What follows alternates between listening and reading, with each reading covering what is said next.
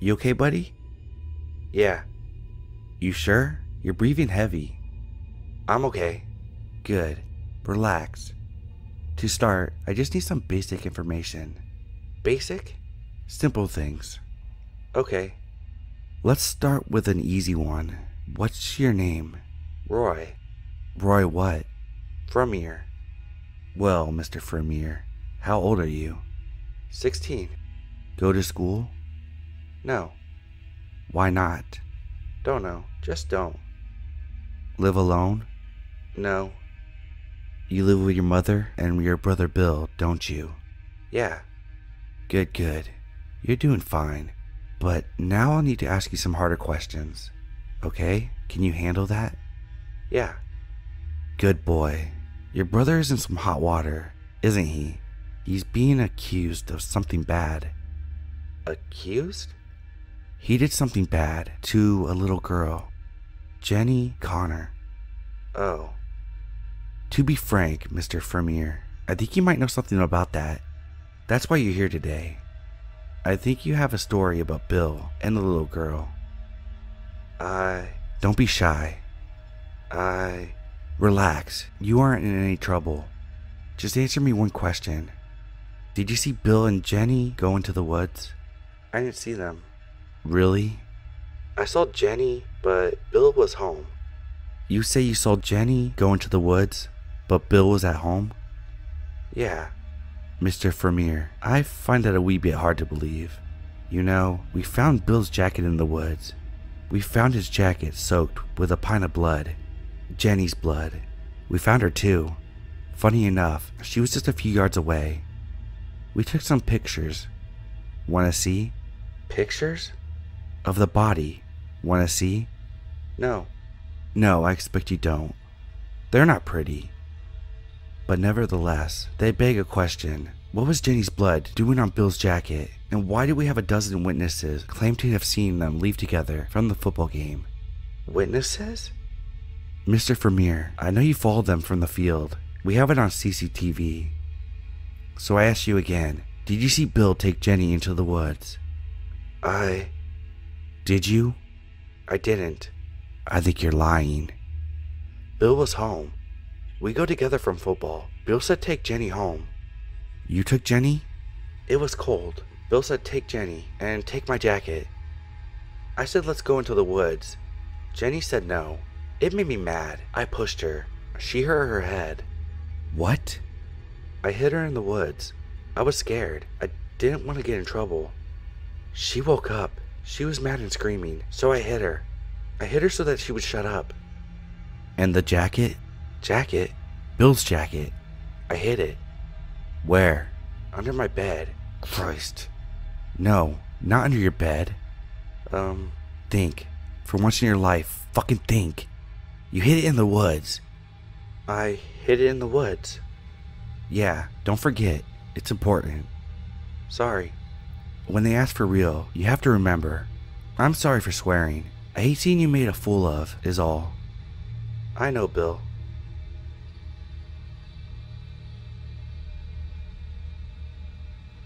I shouldn't have read it.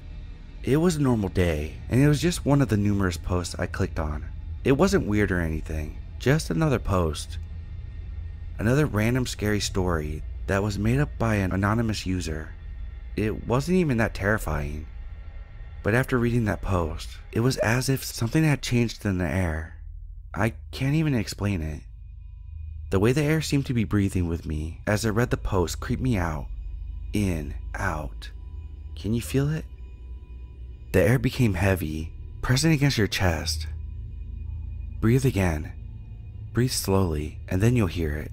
The random sounds that you weren't aware of. Listen closely. No, don't tear your eyes away from the screen. Don't look at it. Just listen. Don't reveal that you know that it's there. Just listen. Listen closely to the background noise. It will seem like a normal sound. Maybe an electric hum, the sound of your pets, or maybe even insects. But it will sound unnatural. Can you hear it? After you hear it, please, please, please, don't look at your reflection. No, Not only your mirror, any object that can reflect light, even if the reflection is just a hazy blur. Avoid anything at all where you can see your reflection, because if you do, you will see it's behind you, and you won't be able to help yourself. You will look at it. It's a compulsion, like the way you can see at the corner of your eyes. You will see it, and once you do, it will know that you know about it. It's hard, isn't it?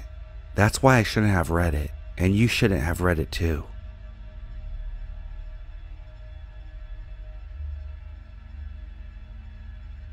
I love you, Mom. I can hear footsteps on the stairs. I think he's outside my room. I hear sirens, but they're far away. I'm hiding in the closet. I hope he didn't hear me. Hang on, I heard something downstairs. The cops are already here looking for him. They'll catch him. Don't worry, Mom. I'm safe. I love you. The cop said he's some escaped serial killer, and he's been breaking into homes around the area. Yes, Mom. It's on the news now. I'll keep the doors locked. Messages are displayed in chronological order, with the most recent at the top. Yes, Mom. It's on the news now. I'll keep the doors locked. The cop said he's some escaped serial killer, and he's been breaking into homes around the area. Don't worry, Mom. I'm safe. I love you.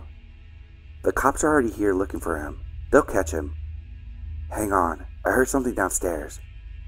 I'm hiding in the closet. I hope he didn't hear me. I hear sirens, but they're far away. I can hear footsteps on the stairs. I think he's outside my room.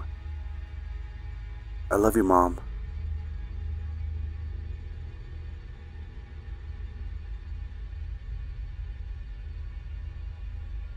I have a little problem. First off, my name is Toby. I'm a middle-aged widower with one beautiful daughter and a modest home in the suburb close to one of the main cities. It's been a bit of a struggle being a single father, and I'll admit to getting the odd stare from some people. But after I explain to them about my wife and what happened, most of them understand and let me continue on with my day. My neighbor is normally the worst for this though. She keeps telling me I should put my daughter into foster care, or that I'm secretly a pedophile. She seems to be unable to see how it's affecting me and my daughter. I think she just doesn't like the idea of a man raising a little girl. She thinks I'm going to push her into some kind of role or something, but I would never do anything to my little cupcake. Oh, I should probably tell you about her, shouldn't I? Well, her name is Alice. My daughter, not my neighbor. She's about 7 years old now, and she loves to play outside. The moment I open the door, she tends to just run out as fast as she can to go meet new people. She loves meeting people and tends to run over to them and tug on their hands to say hello. You see, sadly Alice is mute and can't really talk at all. She can make hand gestures and faces, but she doesn't know any sign language yet, so we kinda have to guess what she wants a lot of the time. I always explain this to people she meets and introduce her and myself to them. We end up having a chat before I have to grab Alice's hand and drag her back home. If I didn't, she would spend the whole night outside. I take her home and pull her downstairs into her room and put her to bed. I give her medicine to put her to sleep and put the chains on her hands and feet so she doesn't kick or fight like she used to. She used to scream as well. Cutting her tongue out has fixed that little problem, but not before the neighbor heard her. After she stops fighting and the drugs have made her relax, I use my scalpel and get to work on Alice. The demons that are in Alice are what took my lovely Stacy away from me. So I will simply have to cut them out piece by piece. Which reminds me, my little problem. How do you deal with a nosy neighbor?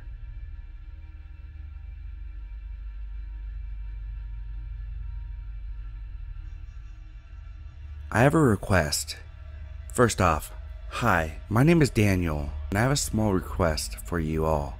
I want you to smile a little more if you would. You see, I'm a dentist, and I love to see people's teeth. I've made a career of fixing them, so I tend to like seeing my work and other dentists' work on display. The world is such a better place if you smile. It shows everyone that you care and that life isn't so hard. Some people have the most wonderful of smiles, and they deserve to be put on display. I love seeing my clients' happy faces. It lets me see how good of a job I am doing and how perfect those teeth of theirs really are. Oh, how I wish I could take those grins and hang them on the wall for all to see. Truly, they are works of art. I often stand outside my clinic just watching people, just looking at those little smiles, just so I can get a glimpse at those lovely little things. The best of them I invite into my shop for a complimentary clean, because I can't help but want to get a closer look, to just savor the sight of them. I will admit, sometimes I can't help myself. I take longer than I need to clean them, just so I can keep looking at them. I just want to see those perfect clean teeth a little longer. I can't always take them home, unfortunately. People get so attached to their teeth, but on occasion, I have managed to get them to give them up. Pulling teeth isn't as hard as everyone thinks. Most people would use anesthetic, but I find a couple of the leather straps and a good pair of pliers to do the trick. The gargled screams they make can be so distracting, but luckily, most of them pass out from the pain before I get to the molars, and that's when I can really get to pulling. Some smiles are just too good to lose, but it's hard to find them a lot of the time. So help me out. Smile, will you?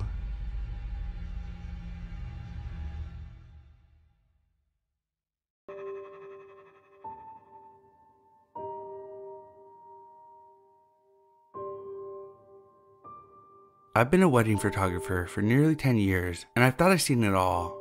Trashy, beautiful, tragic, hilarious, or just bizarre. I have stories. I've had the typical groom getting caught with the maid of honor, family getting into brawls, brides ODing in the bathroom, gay couples having no one to attend their weddings, or worse, the one uninvited homophobic relative crashing just to be a dick. But we aren't here for the typical stories. If we were, we'd be here all day. We're here for the wedding from last October. Fall weddings are probably my favorite. If I ever get married, I'll probably get hitched in the fall. It was the parents of the brides that came to me, asking for my services for a wedding in 2 weeks. Their original photographer apparently up and quit on them, and they were desperate to have their darling daughter's wedding immortalized in picture format. Luckily for them, I had a clear schedule. I did charge them extra for the suddenness of it all, but judging from the father's Rolex, it wasn't that big of a deal. One thing I'm good at is guessing family's wealth status, and once again, I was on point. The Seawrights were rolling in dough. Not that I really like them though. I'm not required to like all my clients, although it does make for things to be a little more relaxing. Harold Seawright absolutely leered at my chest whenever he thought I wasn't looking. And Carol was clearly a trophy wife that was over the hill, that generally looked more like plastic than her. Nothing wrong with getting plastic surgery or Botox, but there's gotta be a cutoff at some point. I think I should have been more off-put by the parents coming to me rather than the bride, but I just figured said bride was too busy with other wedding planning shit and didn't think too hard on it. Day came and oh boy, I realized I was getting into something I didn't want to be a part of right away. First time I saw the bride, Tanya, I had a brief moment of, I don't know how old this girl is. She could have been 16, she could have been just 18, definitely not over 20 though. I see young marriages when it's a shotgun affair, but then I met the groom, Marcel Wingate, who was definitely no younger than 30, and Marcel was just, something felt off. The man was a giant for one. He towered over me, let alone Tanya. With his long, pale face and sunken eyes, he could have been fucking Lurch from the Addams Family. When he shook my hand and introduced himself, I barely repressed a shiver, but years of practice helped me to smile and act like there wasn't something slimy about all of this. Tanya never said a word when she was made over for her big day. Only Carol did, chirping and twittering about, "How about you make her hair a little bigger?" Or, "Make her eyes pop, she has such pretty eyelashes." Luckily, Carol had to go have a smoke every 15 minutes, so the makeup and hair people could have a few moments of actual work. By the time it was all over, Tanya looked perfect. Her dress was basically a white ball gown. A tiara was placed on her strawberry blonde hair, cheeks blushing in a perfect pink. but unlike most brides, she still hadn't said a word, and those sure as hell weren't tears of joy that she was holding back. I'm sure you heard about the first look photo fad. I find it great to get a perfect expression that the groom makes when he sees a bride in a dress for the first time. It's usually quite cute. This was the first time I ever shot a photo where I truly believe it was the first time the bride and groom have actually looked at each other. Marcel did seem to have his breath taken away by the lovely bride, but her expression was less than thrilled as he took her hand and gave it a tight squeeze. My stomach turned when he leaned over for a kiss on the cheek, and she quite obviously flinched. It's time I put a pin in the myth that arranged marriages only happen in foreign countries, and only people from certain cultures take part in it. They happen all the time in the US, and more often than not, it's an old man who wants a virgin bride, and by virgin, I mean still in fucking high school. This wouldn't be the first one I was hired to photograph. I managed to catch Tanya alone in the room she got ready in, sitting next to an unopened window, twirling an unlit cigarette between her fingers. Need a light? I offered as I came in. No thanks, I don't smoke, but they say it makes you feel better, right? Looking up at me with those doll-like blue eyes. It also gives you lung and throat cancer. I took the cigarette from her and lit it up myself. But I'm a bad example, so do as I say, not as I do. Now that got a smile out of her, even if it only lasted a second. How often do you smoke? She asked. Depends on the day. Usually I have 2 or 3. Bad day, I can have a few more. I lowered the cigarette and looked down at her. How old are you, Tanya? 19, 20 in a few weeks. I have a bit of a baby face. She poked one of her cheeks. Why do you care? I glanced at the door to make sure Carol wasn't going to barge in. Tanya, are you not okay with this? The wedding? I asked quietly. Tanya's eyes widened. Damn, you're good. She also glanced at the door. Harold, my stepdad, arranged all of this. If he had it his way, it would have happened when I was 15, but Marcel kept delaying. Business, apparently. He tried to delay another year, but my dad implied that he had other offers. She shivered and wrapped her arms around herself. If I say no, Harold will kick me out and cut me off, freeze my bank accounts. I have nothing and no one, and I don't know what I would do if that happened. I reached into my purse and pulled out one of my business cards. Flip over the card. It's a number for a women's shelter. They specialize in helping women escape from dangerous home situations. They hide them and help them get started in a new city if need be. Below is my personal home number if you just need to talk, okay? Tanya took the card and clung onto it tightly and tucked it into her bra. You might be the nicest person I've ever met, she murmured. I gave her shoulder a squeeze. I try, before extinguishing the cigarette on the windowsill. If you ever need to escape anytime tonight, just ask me to help you go to the bathroom. We could pull a whole runaway bride, I joked. That got another laugh out of her, just in time for her mom to pop into the room. Well, what's taking you so long? Hurry up, the wedding's gonna start in 15 minutes. I don't want you to cry and make your face all blotchy and ugly, she whined. Tanya's brief joy faded and she gave me one more sad look before following her mom out. The ceremony would have been so much more beautiful if I didn't know the dirty little secret behind it all. Tanya didn't smile. I don't even think one of those bridesmaids was actually a friend of hers, or at least not a sincere one. When the priest said, "You may kiss your bride," Tanya let a tear slip down her cheek when Marcel leaned down to kiss her. I was seriously considering calling the cops, but what could they do? Tanya would likely cave and say nothing was wrong, and since she wasn't a minor, they couldn't label Marcel as a pedo and her stepfather as a child seller. It still didn't make the situation any less shady.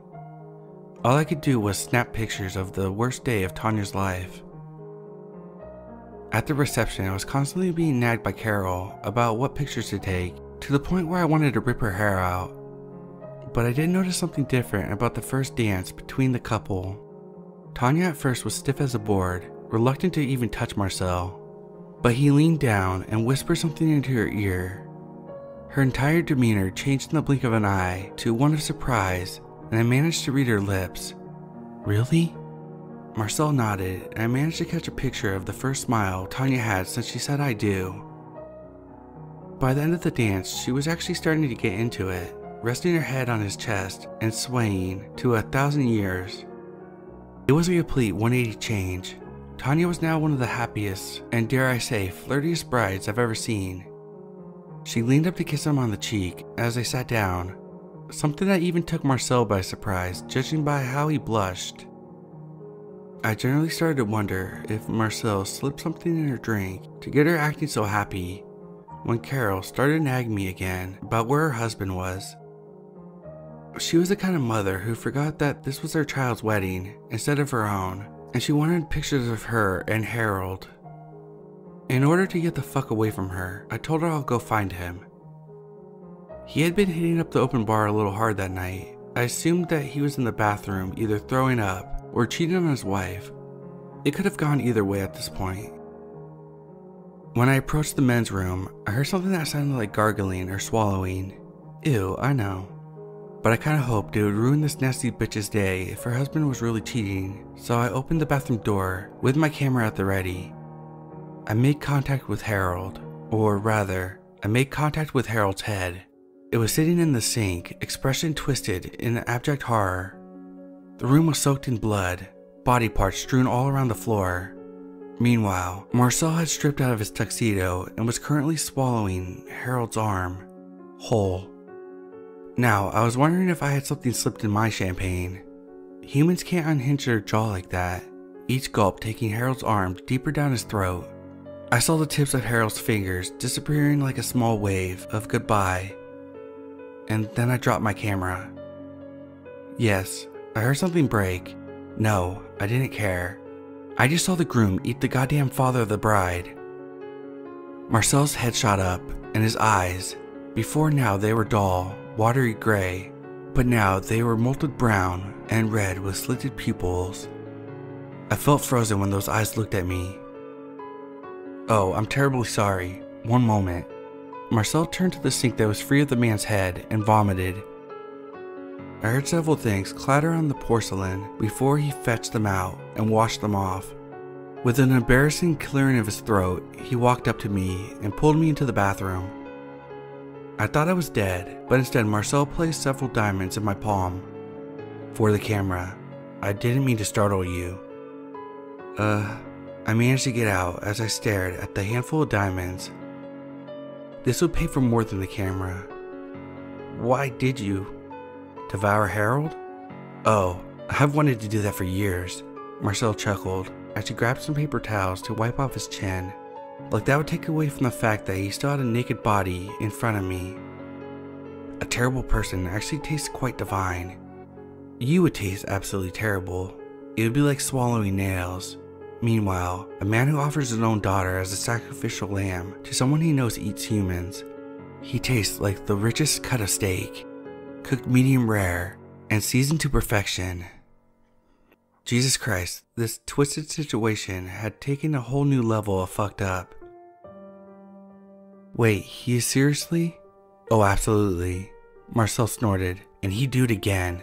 All for what happens when my stomach possesses human bone. I clutched the diamonds. You're not gonna hurt Tanya? I asked. Marcel shook his head vigorously. God no. I kept delaying the wedding in hopes that she would manage to find a way out, but I think Harold was getting bored of my cold feet. There would be plenty of others willing to pay for her, even if my payment would be easily twice what others would offer. God, I started to feel a little dizzy. Here I was, talking to a human-eating groom. I glanced out the door, and a horrible idea entered my brain, one that would surely earn Marcel's good favor and help out Tanya. So if I told Carol she could find her husband in the men's room. Marcel seemed puzzled for a second, but caught on quickly, with a nod. He picked up the head and tossed it into one of the stalls. I heard a splash in one of the toilets and almost started giggling. I was nearing hysteria. Go right ahead, I'll be waiting, he said as he kicked some more limbs out of sight. I almost left when I had to ask one more question. What the hell are you?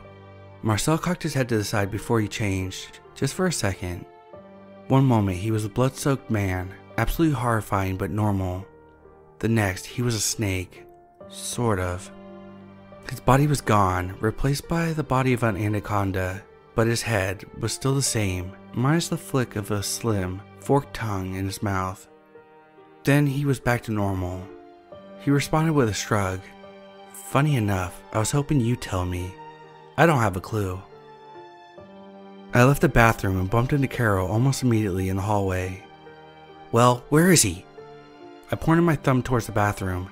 Think he's not feeling so well, I said before I was nearly bowled over by the grumpy bitch.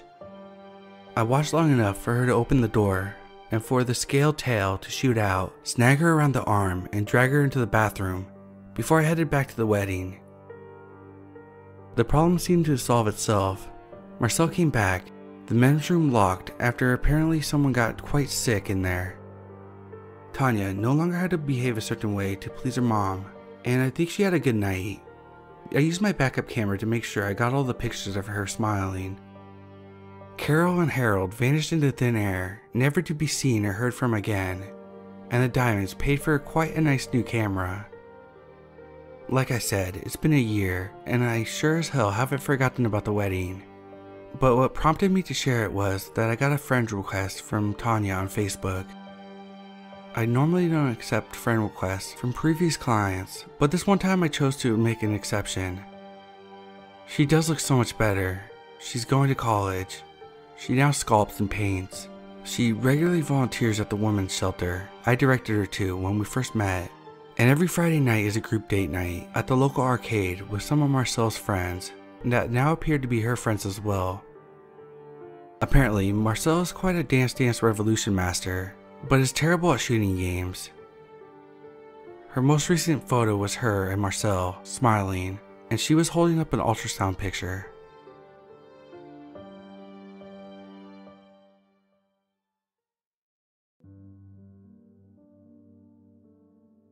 Ding. My phone vibrated and I looked at it with excitement. A new message from Peter. As I read it, I could feel my cheeks getting red. Would you like to meet up on Tuesday? I made a little dance and replied immediately. I had been waiting for him to ask me out since we started chatting. I knew I could have just asked, but I was too shy. It was just fortunate for me that he had the guts to ask me out. Yeah, I'd love to, I wrote back. We wrote each other back and forth about where we wanted to meet and what we should do. We agreed to grab coffee and maybe have dinner if we hit it off. I called my best friend Sarah and told her all about my new date. I'm so excited, Sarah. I can't wait to meet him. I had told her over the phone. She seemed a lot more skeptical than me. How long have you guys been writing together? Do you know anything about him? What if he's not who he says he is? I know you're concerned that he's a crazy person, but it was also you who told me to meet someone after I broke up with Brian. So come on, I'm only doing what you told me. Besides, it's so cliche to murder someone you meet online. Yeah, I know what I said, but I didn't mean meet someone online. I offered multiple times to go out on the weekends, but you never took me up on my offer. I promise to text you when I meet him and give you updates so you know that I'm alive. I chuckled. Fine, just remember to take care of yourself and don't do anything you're not comfortable with. We said our goodbyes and the rest of the day I spent fussing over what to wear on the date and read our old messages so I could remember what his favorite band was, his favorite movie, and how much I told him about myself. I was so nervous before our date that I couldn't eat anything all day. I put on a fun dress that wasn't too revealing and neither too boring. Half an hour before we were supposed to meet, I walked down to the park and started waiting for him. I kept looking at my phone and feeling a need to run away. What if he really was a psycho? Or even worse, what if we didn't have any chemistry in real life? I tried to push those concerns aside when I saw a man my age with brown hair and glasses approach me. Hi, are you Cassie? He asked me nervously. Yeah, and you're Peter? It's very nice to meet you. We gave each other an awkward hug and decided to walk around the park for a bit. It was no effort at all to talk to Peter, and I quickly became relaxed in his company. He was very funny and asked me if I had been concerned about him being a maniac. I told him about Sarah's warnings about meeting someone online. "Don't worry, I didn't bring my axe. I couldn't fit it in the trunk of my car." He laughed and looked at me. After we had our coffee, we decided to skip dinner and have a couple beers. Peter quickly became drunk and talked nonsense, and I laughingly pointed out how he's the worst lightweight I had ever seen. I swear, I normally don't get this drunk off one beer. I guess it's because it's been a long day. You know, I looked forward to meeting you, so work felt like an eternity. I smiled and told him I felt the same way.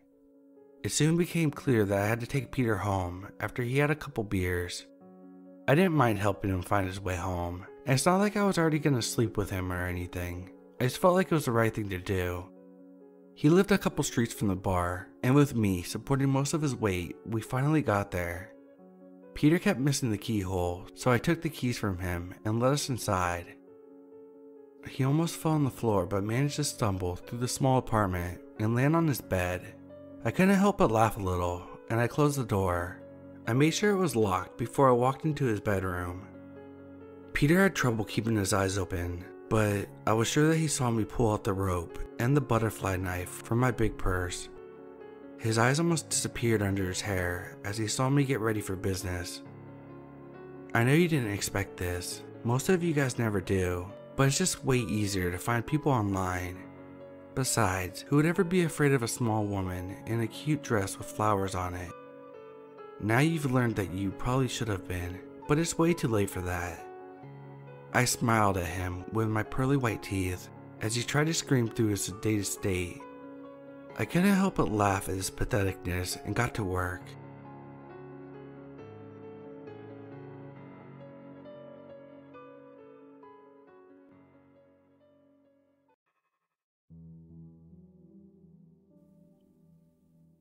I've always been the ugly duckling. I was bullied mercilessly through my high school years for my looks. It's left an undeniable impression on me throughout life, and a physical impression as well. I've always self-harmed to take the pain away, but I'm done playing victim. I'm gonna get surgery and blossom into the beautiful swan I always dreamt I could be. For the first time I could remember, I was generally happy.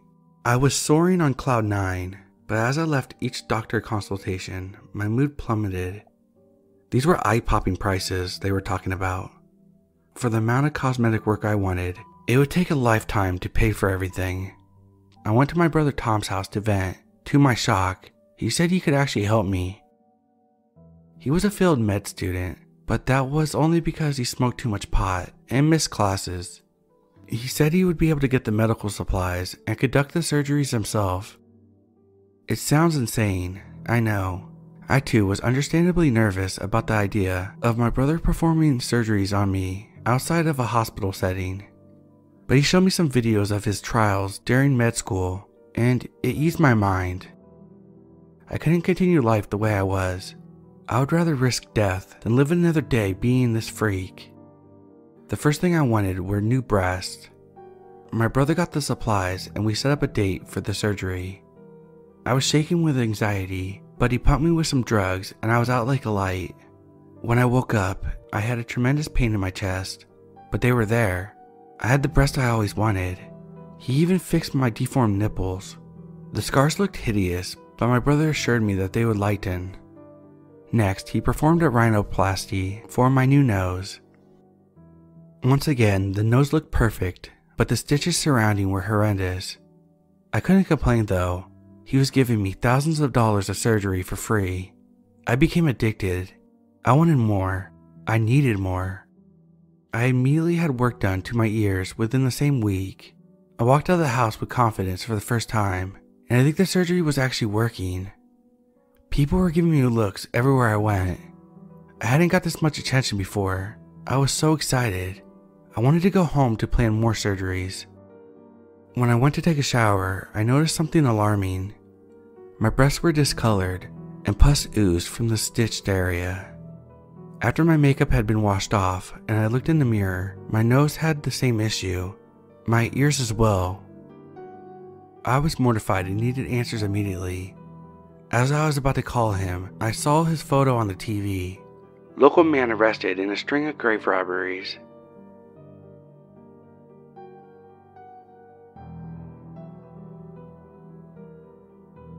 My boyfriend was embarking on a business trip across the country. It would mark the first time we would be apart for an extended period of time since we began dating. As his truck backed out of the driveway, I felt my eyes water. We had only been together for a few months. Why was I already this attached? I dried my tears, caked my face with makeup, and headed to work. I prayed that my coworkers wouldn't be able to see this emotional wreck shimmering beneath the facade. Once I arrived, I knew I should have just called out sick. He consumed my thoughts and my mind was racing like an American pharaoh down the home stretch. I checked my phone every couple minutes. No text, no calls. Was his flight delayed? Had he not been boarded yet? I watched Final Destination for the first time this week. Why the fuck did I do that? I knew if I just heard his voice, all my worries would go away. When lunchtime arrived, I raced out to my car. I called him. No answer. I left a message, then texted him. Then again. Crickets.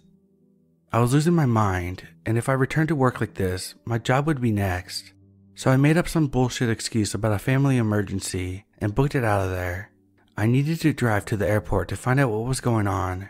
I needed to know that he was okay. As I made my way down the road, I decided to call again.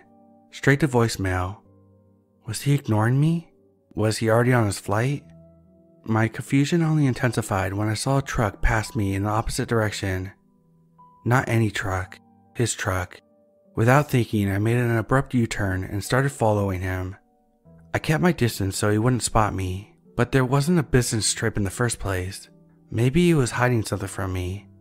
I followed him for miles until we hit a dirt road leading directly to a home. My heart sank when I saw a woman coming out to greet the truck. I could feel my blood boiling beneath my skin. My heart was pounding so hard, it looked like an alien would pop through my chest any moment. The woman was glowing with excitement as she talked through the truck window. I grabbed a screwdriver from the glove box and thought of how I would approach them. The truck door opened and he hopped out, but he wasn't my boyfriend. It was a man I'd never seen before. He popped the trunk to reveal the rolled up carpet. I stealthily exited my vehicle and hid in the brush nearby to listen in. I can't thank you enough. The homewrecker should get back from her shift in a couple hours. Do what you want, just don't be messy.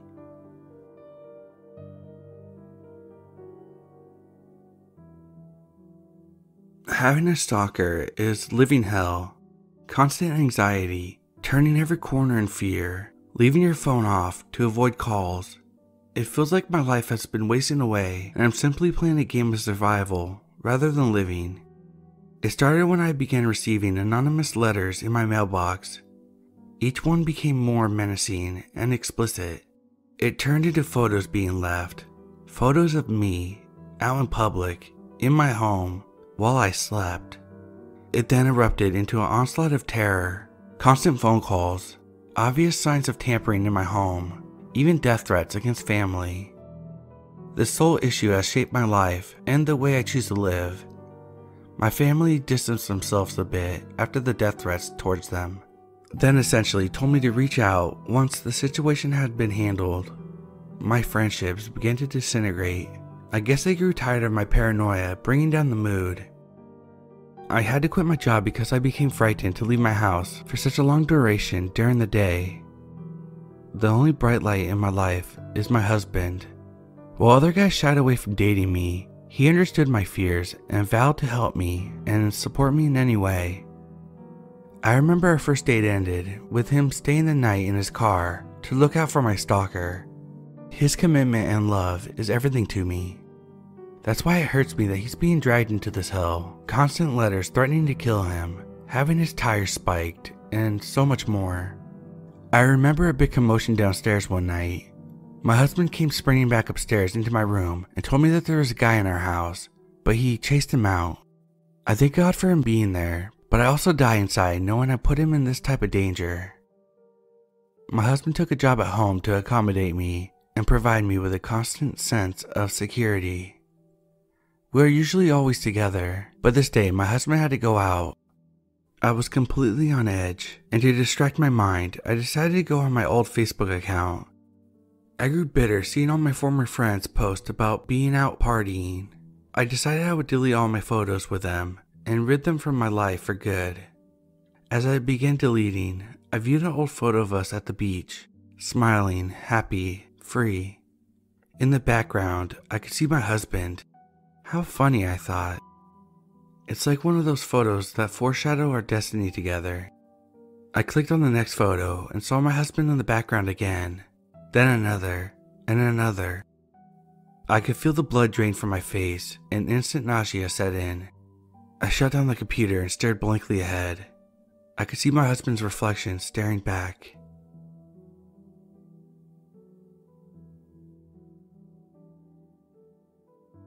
The raid was swift and decisive, our entire town decimated in an instant. The poor souls unfortunate enough to survive the initial onslaught were now relegated to servitude. We had become pawns in their sick game. The rules were simple. 2 individuals enter the arena and one comes out victorious. The winner received food. The loser wouldn't have to worry about eating again. We sat in individual pitch-black pods until our captors dragged us out for battle. The wait between fights could last days, but it was impossible to know just how long. All I knew is that I was hungry. Correction, I was starving. It's been a while since my last brawl and the measly bowl of rice I earned from the blood-soaked victory. There seems to be no rhyme or reason to the battle pairings. Big versus small, old versus young, man versus woman. They don't care about an even fight, they just want carnage. Food deprivation inflicts unparalleled pain and misery on a human being. It affects the mind and body to a degree that words just simply can't justify. The sound the stomach makes when desperately pleading for substance is chilling. The mind slows to a turtle-like crawl in an effort to maintain cognitive function. Random memories will flood your neocortex in an effort to block out the thought of food, but it's never successful. Suddenly, I hear the latch of my pod being lifted. My sanctuary has finally arrived. As I'm dragged into the arena, I try to mentally prepare myself for any type of opponent that could be thrown my way. A rotisserie chicken is shown on the Jumbotron, the bounty for this death match. My lips salivate at the image on the screen. The size or experience of my opponent is now an afterthought. I would stand toe-to-toe with Zeus if it meant a morsel of that poultry. The screams and heckles of savages filling the stands shook the ground beneath me. As the gates ascended, I stared across the blood-drenched sand and surveyed my opponent. My heart momentarily stopped as I recognized the face of my opponent, my son. He was skeleton thin, fresh piss migrated down the pant leg, and a look of sheer terror plastered his adolescent face.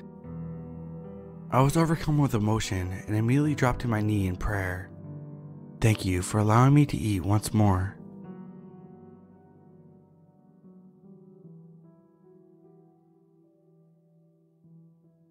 I have a growing suspicion that my wife is trying to leave me. She's always been a bit of a complainer. I knew that from the time we met, but recently, it's been non-stop. Her list of complaints grow more each day, just like her unhappiness. She says I don't do enough to support her. She claims there's never been enough food or clothing for her, but there always seems to be enough alcohol for me. What a hypocrite. Alcohol is actually how we met. I almost laugh when she makes these asinine comments. Doesn't she know I'm trying my best? I never realized how expensive it would be to settle down with a girl, yet I always take extra shifts at work to scrounge what little I can. I know that she thinks about other men, and she certainly thinks I have interest in other women. She always barks at me to never bring another girl back to the house. She taunts me and says if a girl wound up with me, it would ruin their life. How lowly my wife thinks of me. She makes me out to be the cold one in our relationship. But our 5th anniversary is this week, and she didn't even acknowledge it. She spent that day telling me how awful I was, and how she wanted to move back in with her parents.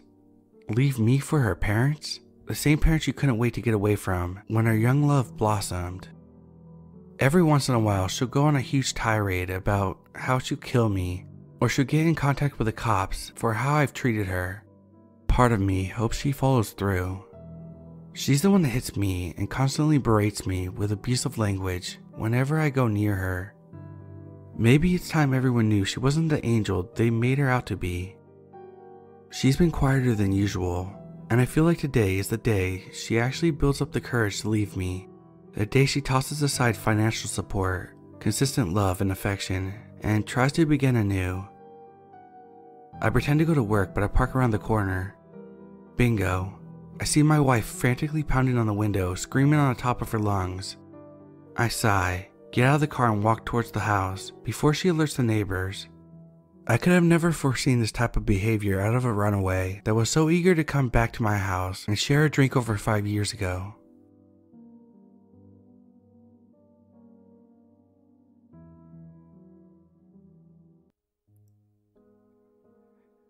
Some people grow up in cities. Some people grow up in the middle of nowhere. I like to believe both of them have their perks and fallbacks. Growing up in the city might mean missing out on roaming the town with your friends, free of adult supervision. Growing up in a small town, surrounded by a everyone knows everyone community, ensures many dangers are overlooked. I grew up in a small town and always pitied those who missed out on the freedoms I was blessed with. That is until that day. You see, I never imagined anything bad could happen to me. No one ever does, I suppose. Sure, we had some urban legends, like how the abandoned church had a female spirit that could be seen in the bell tower at midnight. This myth was busted by a few of my buddies and I, after breaking in and climbing in ourselves for that up close and personal view. We never saw anything, but Robert swore he did. He took off running down the steps screaming, and when we finally caught up with him, he was outside dry heaving and had pissed his pants. Unless spirits have the ability to control a living person's bladder, this turned out to be just a rumor to scare us. Needless to say, he was made fun of endlessly for getting scared about nothing. Robert was always the type to try to scare us. He was a practical joker. And though no one else thought so, I thought he was just trying to really sell it. Looking back on it, I think him peeing himself would have been too far to bring the joke. The thing that did scare me, however, was the cornfields. If the adults and older kids really wanted to scare us, this would have been the most effective way to do it. For context of the story, this takes place in the late 90s. I was 14 and pretty much free of any of the few strict rules my parents had on me. Again, I lived in a small town. The population was just over 1,000, nestled in the middle of nowhere in Minnesota. Summers were the best. No school, no responsibilities. Endless land to explore, and a close group of friends I could always count on being available. My best buddy, Cole, lived 2 miles outside of town. He was a no bullshit, straightforward guy. Even so, he was the type of person to have on your side because he'd get to the bottom of anything. We always had the best time on his family's farm. 4-wheelers, go-karts. Hell, if we were lucky, we would even be able to drive his brother's old Bronco and rip up the land behind the small forest in his backyard. You're probably wondering how this ties in with the overall story. Well, I'd often hang out there late at night, sometimes as late as 1 or 2 a.m. This would mean I would have to bike a lonely, desolate road to get back home, surrounded by cornfields on both sides. I'd also have to pass an old graveyard, around the halfway point. That part, surprisingly, never really bothered me. The only fortunate part about any of this was Cole's long driveway. I could use it to gain as much speed as I could to bolt those 2 miles. Riding in the middle of the night, alone, I don't think the paranoia is unreasonable. This goes beyond paranoia. I could swear I sensed something else with me. Every single time, it gets worse. Have you ever driven past cornfields with the passenger window down? If you haven't, try it sometime. You'll notice the sound of your tires reverberates through the stalks of corn. Now imagine that, but on a bike, by yourself in the middle of the night. The sound was strikingly similar to as if someone was running through the cornfield alongside me. Again, this was the 90s, so it's not like I could really research fucking wavelengths in the corn. Being a 14-year-old kid with a chip on his shoulder, I was not going to confess my paranoia to anyone either. I remember how much everyone made fun of Robert for pissing himself. What would they say to me if I spoke about this? So I did what anyone with a brain would do. I tried my best to ignore it. Moving on. It was a night in August, clear skies and no wind. I'll spare you the details of the day. To summarize, I went to Cole's house around 5 p.m. We spent the day riding the trails we had built and played Super Nintendo late into the night. Cole was passing all my high scores in every game we played. I didn't mind, but he kept on insisting I was getting mad about it. I wasn't. Time flew by, and before I knew it, it was 1 a.m. It was time to go.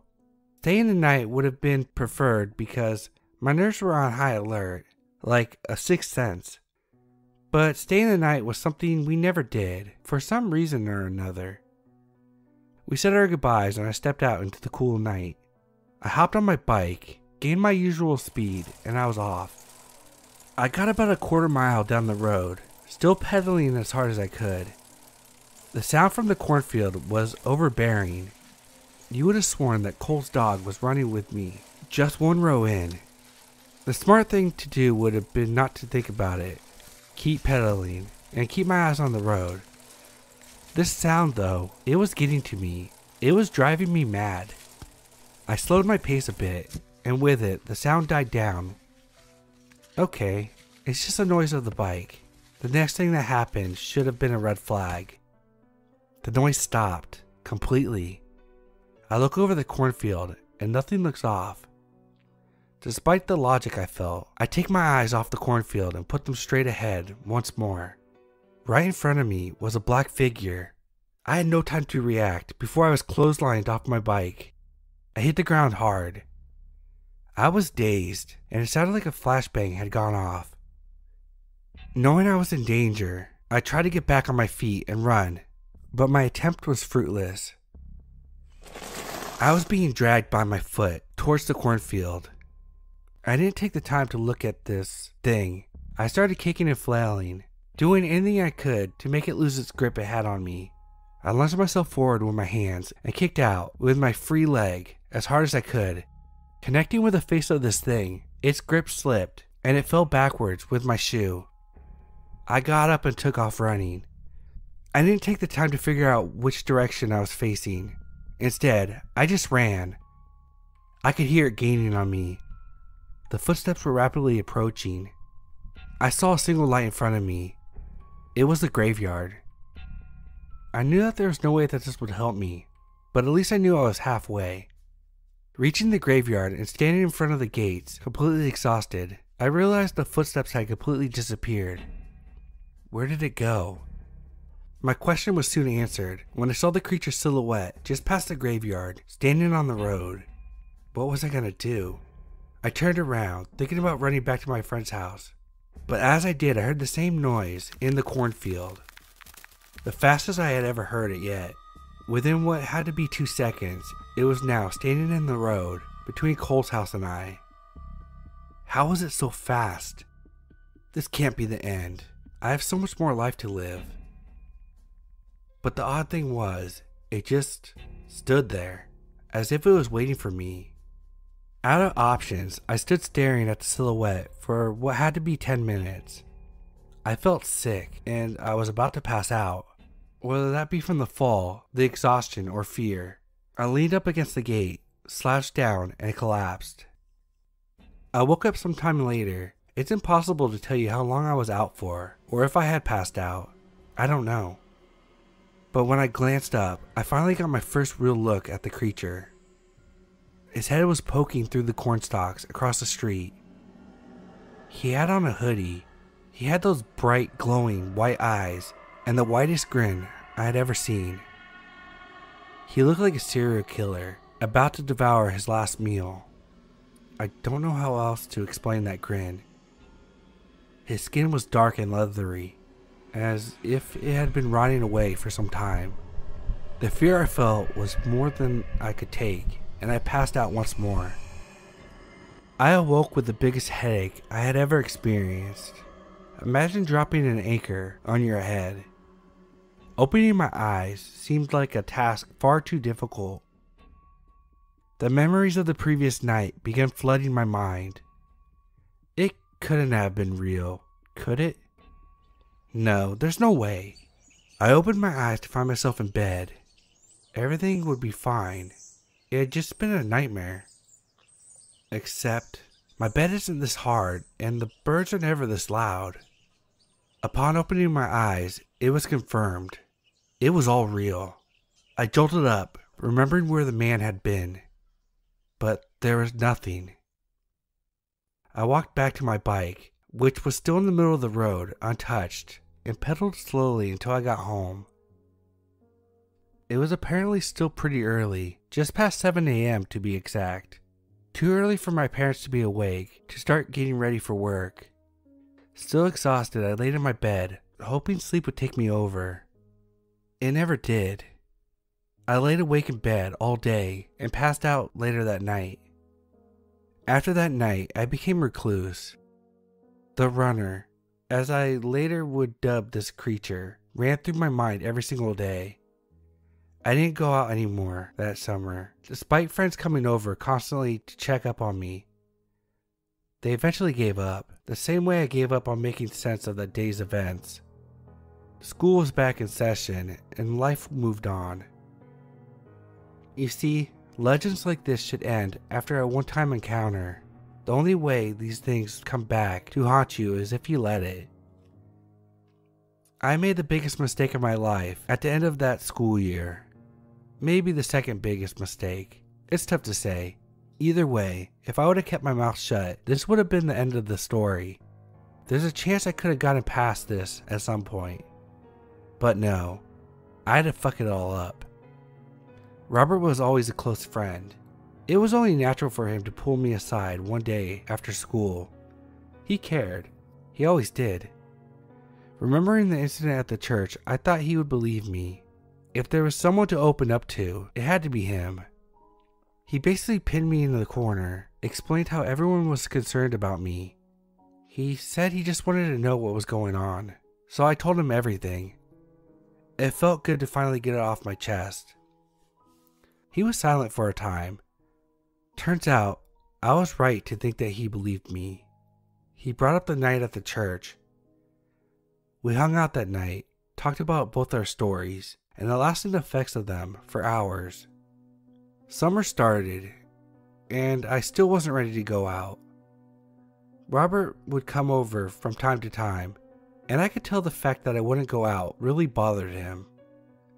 It built up for a couple months until it was August once more. It was an average day. I spent the morning reading and playing video games in the living room. It was around 6 p.m. when I got a knock at the door. It was Robert and Cole. I had been right that Robert would trust me. Even so, I was wrong that he would keep it to himself. Cole questioned me about that night immediately once I opened the door. Asked me why I let fairy tales get in my head. This was classic Cole behavior. Always the logical, get to the bottom of things type. I didn't know what to say, but that didn't matter. He already made up his mind on how to bring this to a close.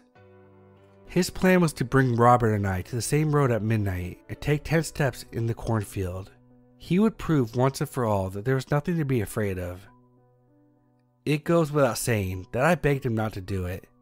I'm ashamed to say that my pleas came with a few tears. Of course he didn't listen, but what else could I do? I couldn't let him go out there and potentially be killed by the runner. I had to go with him. So we pumped up my bike's long since deflated tires. We waited until 11 o'clock and set off into the night. my parents not questioning why, just happy to see me finally leave the confines of their home. The ride was silent. No rustling in the corn, no conversation, no anything. Just the sound of our tires on the gravel. We were about 100 yards short of the graveyard when Cole stopped and said, "Here." I would have continued my pleas. I would have said anything if I could, but no, I was too terrified to choke out any words. Cole grabbed his pocket watch and waited until it struck exactly midnight. I assume he was trying to subdue Robert's fears of the church by meeting the specific time of his encounter as well. He began walking into the corn. 1 step, 2 steps, 3 steps. He got to 9 when he let out a blood-curdling scream. My fight or flight kicked in, and I wouldn't let Cole be taken by that thing. I tore into the cornfield after him and found him, laughing. Nothing had happened. He was fine. "You really believe this shit, don't you?" he said, while barely containing his tears of laughter. Maybe he was right. Maybe there was nothing to fear at all. Maybe, just maybe, I had imagined everything. Even though I was mad at his prank, I felt relieved and let out a nervous giggle of my own. We walked back out of the cornfield together and looked up to see Robert in the middle of the road, sitting on his bike. "That's not funny, Cole," he yelled. We were climbing out of the ditch, looking down at our feet to ensure we didn't trip and slide back down. "Robert, look out," Cole shouted. Great, another prank. But no, the runner. He was standing right behind Robert. The same sick, twisted grin stretching from ear to ear. Robert never had a chance. The runner grabbed a hold of Robert and began dragging him and his bike into the cornfield. Robert screamed, and we tried our damnedest to catch up with him. It was useless. Once they were in the cornfield, they were gone. The runner was fast and had been dragging him what had to be 60 miles per hour through the cornfield. Robert's screams continued for minutes on end, miles and miles into the corn. That's the end. Robert was never found. Search parties looked for him for weeks. His parents haven't given up the search to this day. No one ever believed us, and honestly, I don't blame them. I don't know what the runner did with him. Cole never forgave himself and ended up going insane. I guess his logical brain couldn't process it. Maybe the guilt got to him. I don't know. What I do know is that I now live as far from the cornstalks as I can get. I live in the desert of Nevada and now try my best to lead a normal life day by day. I don't know if the runner is still out there. People go missing without a trace all the time. Perhaps the night of my first encounter, the runner didn't run to the other side of the graveyard. There's a chance it could have been a friend of his. But after seeing how fast he dragged Robert, it's safe to say either is possible. I don't know for sure, and I hope to never find out. I don't have a definite reason as to why the runner didn't take me when I was at the gates of the graveyard either. My best guess is that he can only traverse the cornfields and the roads in between. But again, I don't know for certain. So I ask, what do you hear when you're whizzing by a cornfield? Do you hear nothing? Or do you hear the faint sound of footsteps? Which is worse? Maybe if you hear nothing at all, it's already...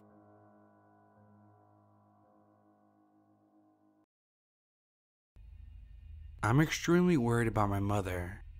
This year has been a turbulent one for my family, and I think her fragile psyche might just break. It began after my brother took his life. Initially, my mother, father, and I came together, and the family was stronger than ever. But as so often happens, time went on, life got busy, and the divide ensued. My mother craved constant emotional support, but it became overwhelming. My father was always tired from work. He was still grieving internally at the loss of his son, and my mom's daily breakdowns became too much to handle.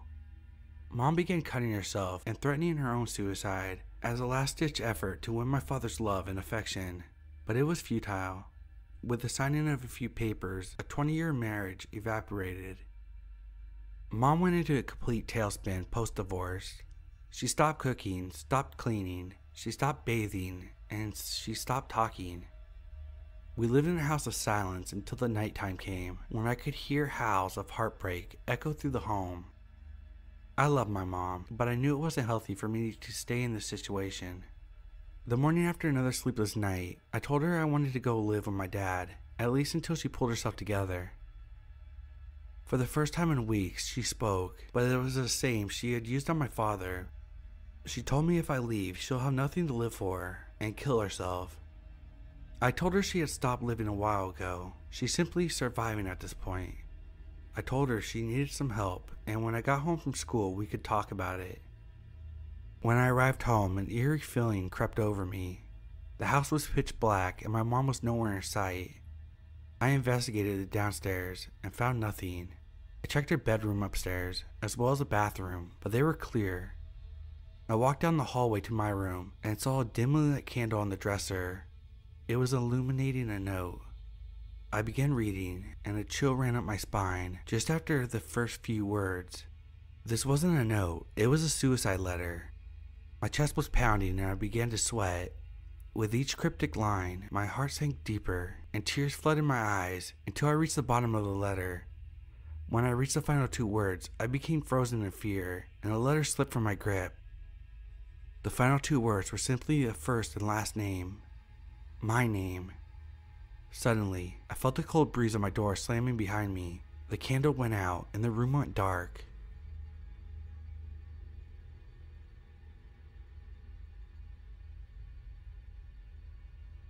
My mom passed away when I was just a few months old. She was a nature enthusiast who lived for hiking, but consequently, it would be the death of her as well. Her body was found at the bottom of a mountainside that she frequented.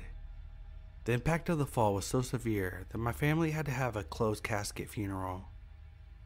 I only know my mom through stories that my dad tells me and the many videotapes she recorded before her passing. My mother loved to document her hikes. She would give tips, record the beautiful scenery, and in some videos just discuss life. I watched hundreds of these videos, and it's the only real connection I feel to her. My mom was the breadwinner, and since her passing, the family had been financially strapped. My father had taken on 2 jobs to make ends meet, but it's to the point where we'll have to downsize and move. Oddly enough, I think our neighbor Ralph is taking it harder than me and my dad. Ralph has been like a second father to me, always there to talk to, always buying me things I need and offering help whenever he can. My dad said he's a creep, but I think he's a good guy and I'll miss him. As I was packing up my things from the shed, I saw something strange. A floorboard was missing that I hadn't noticed before, and there was a filthy trash bag with a couple videos and a camcorder inside. My curiosity piqued, and I decided to go to my room and watch. I popped the first tape in and couldn't believe my eyes. It was my mom with Ralph. They were naked in a room. Jesus Christ, it was a sex tape. I removed the tape before my eyes were burned out of the sockets. I put the second tape in and saw my mom crying into the camera. She said that she was pregnant and Ralph was the father. I cried and screamed into my pillow with anger and despair. I felt bad for myself. I felt bad for my father. I was furious with Ralph, but did he even know? Did Dad? Then I noticed the tape remained in the camcorder. It was my mom on one of the hikes. Wait, I recognize those clothes. Those were the clothes that she died in. This was recorded the day of her death. As I watched, my mother reached the mountainside where she had fell to her death. I was about to eject the tape, but then I heard something. It was the voice of a man, and my mom seemed startled when they spoke. Then it happened. The camera captured the last moment when a man's hand pushes my mother to her death. "What are you watching there?" I heard coming from the window. The same voice that I heard in the video. An eerie silence filled the air as my dad and I locked eyes.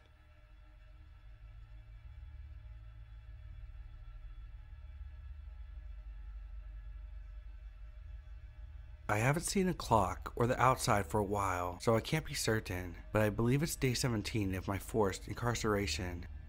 Constant screams and demonic laughter echo through the hallways of this hellhole. The shock therapy torture has increased each day, and they've even begun experimenting with lobotomy surgery with horrific results. Asylum patients are seen as subhuman to many. Once dropped off here, it's like entering a portal to another world.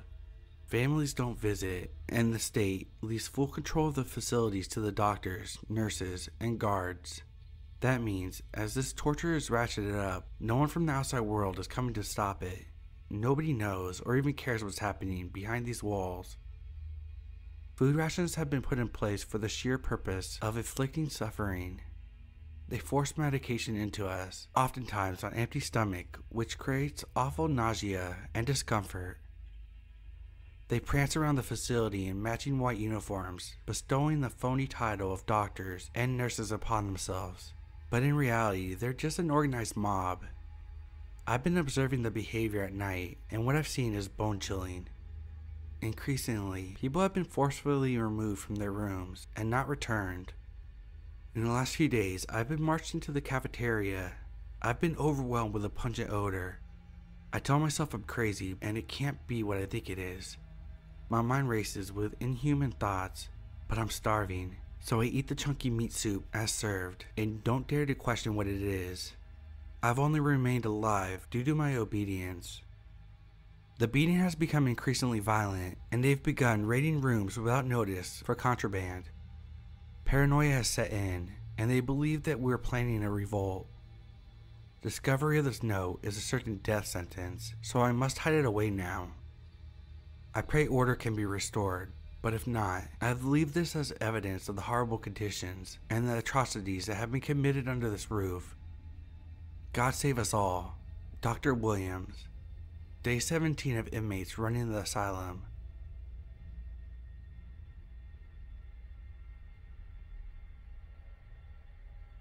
My daughter begged for a puppy, and I finally caved.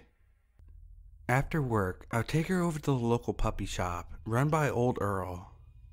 Earl had been running the establishment for close to 3 decades now, and had become somewhat of an unofficial mayor of our small town. The service was friendly, he was very reasonable with pricing, and the dogs always seemed to have a full lifespan. My shift ran late, and I scrambled to reach the shop with my daughter as Earl was closing. I even managed to ding his sign while parking in the rush to get there. He was kind enough to let us in as we made small talk, while he gave my daughter a few treats and told her to pick the lucky pup. As my daughter gleefully ran around the shop, I took old Earl out to inspect the sign damage. He laughed it off and said that he'll call it even with the purchase of a pup.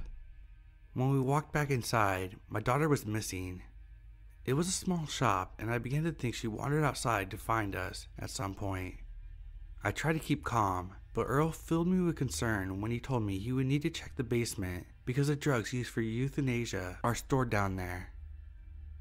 After a thorough check, Earl said she wasn't down there, and I was filled with some relief. Moments later, my daughter wandered back inside through the entrance door. I pulled her close to me and told her to never scare me like that again. She looked upset, and when I asked her what puppy she had chosen, she told me she just wanted to go home. I apologized to Earl for the inconvenience, told him she must be frazzled from my panic of her missing, and we would be back tomorrow. As we drove home, I asked my daughter why she wandered off and why she couldn't choose a puppy. Tears filled her eyes, and she told me that she had run out of dog treats and looked around the shop for more. That's when she walked down to the basement area and became upset. She told me it wasn't fair that all the dogs upstairs would find a home and the kids locked in the basement wouldn't.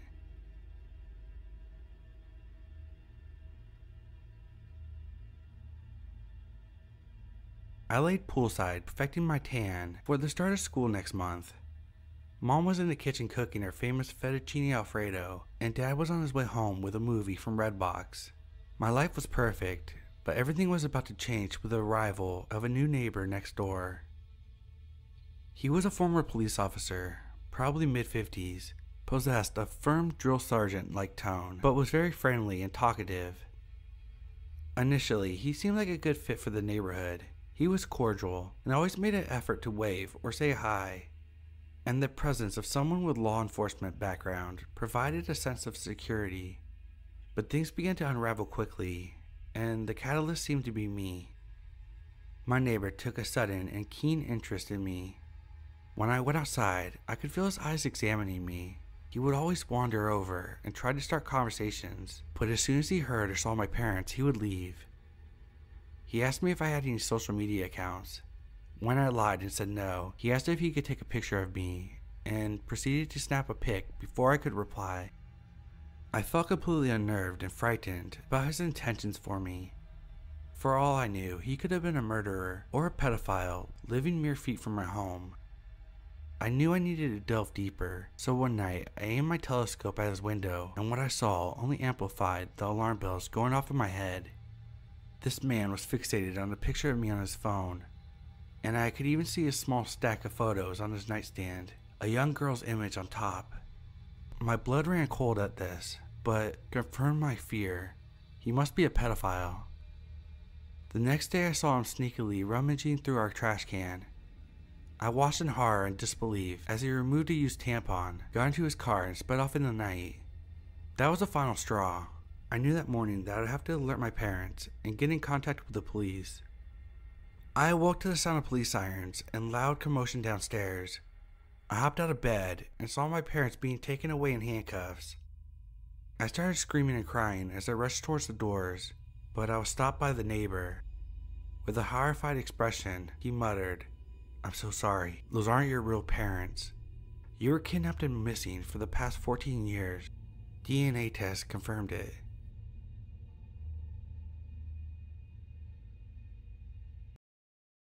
For some context, I'm a horror narrator. Creepypastas, Nosleep, urban legends. If it's scary, I read it. I hover right around 50 subscribers, so by no means am I a large channel, but that's okay with me. I read it for me. It acts almost like a type of therapy. I suffer from PTSD, depression, and a host of medical issues, and the stories have become an escape. While I read mostly for myself, I do have a small group of friends who enjoy hearing me read, so twice weekly, I host live streams on my channel. It's a little twisted, but reading terrifying things brings me peace and reassures me that my reality could always be worse. That was until recently, at least. A few weeks ago, I was scrolling through Reddit looking for new stories, and I came across an author. Her story was strange and poorly edited, but I was getting closer and closer to my stream start time, so I went ahead and shot her a message. She was more than enthusiastic to have me read her story. Little did I know that that was the beginning of the end for my YouTube career. That night stream was as normal as it could be. My friends were joking and laughing in the comments. The dogs didn't bark, and my kids managed to be quiet the whole time. Truth be told, I read her story, but I'm not entirely sure anyone actually noticed it. It was nothing more than a space filler for me, something to prolong the time I got to spend reading and having fun with my friends. I don't mean to be rude, her story was utterly unremarkable. It was there, it existed, but it wasn't the type of story that causes great fanfare or that helps you gain subscribers.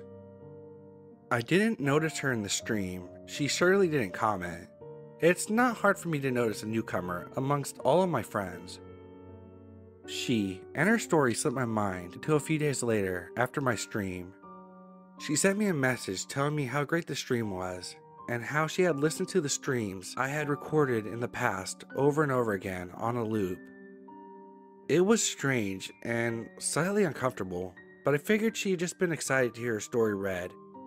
I responded telling her I was glad she enjoyed my narration and thanked her for letting me read her story.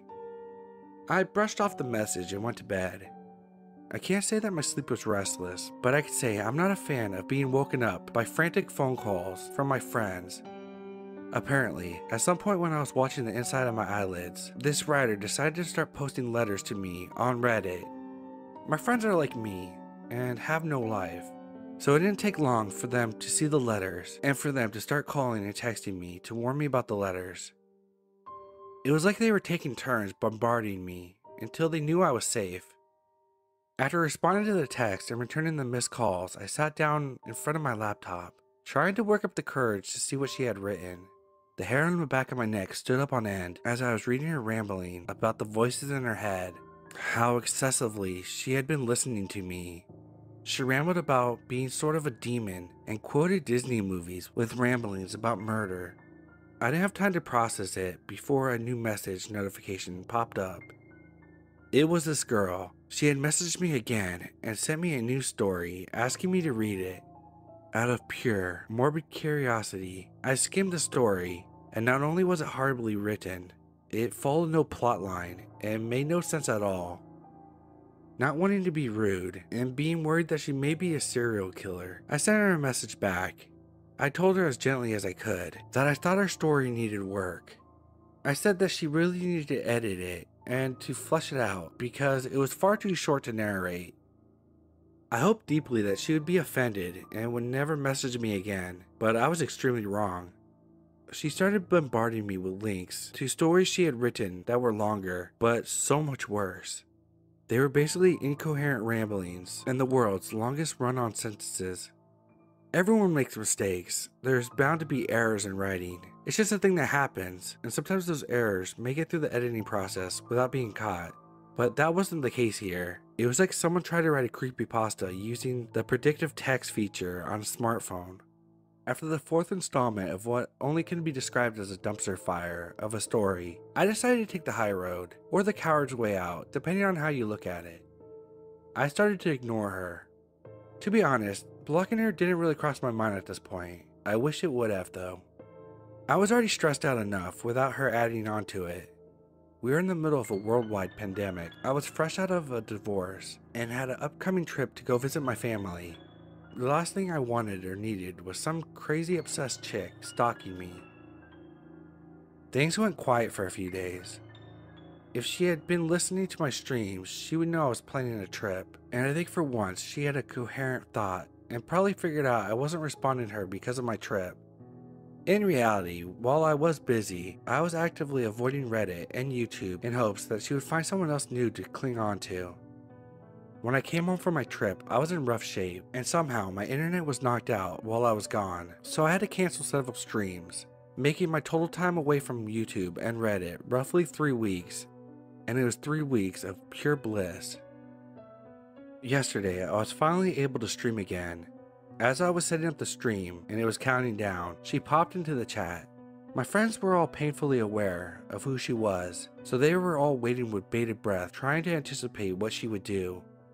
It wasn't long before she started rambling and calling me master. She would make up stories about my channel while challenging the people who actually wrote the stories she was trying to imitate. She started demanding I read her letters, saying that her demons demanded it. She started fetishing me, and it didn't take but a moment for one of my friends to speak up and call out for being so creepy. She went quiet, and I managed to finish the stream mostly undisturbed. Once the stream was finished, I popped into a group video chat, and that's where I learned about the most recent post.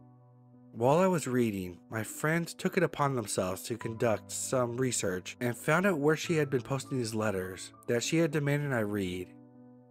She had taken a story written by one of my friends who frequently writes for my channel, and she completely bastardized it. She rambled about her and her demons feasting on my friends' bodies.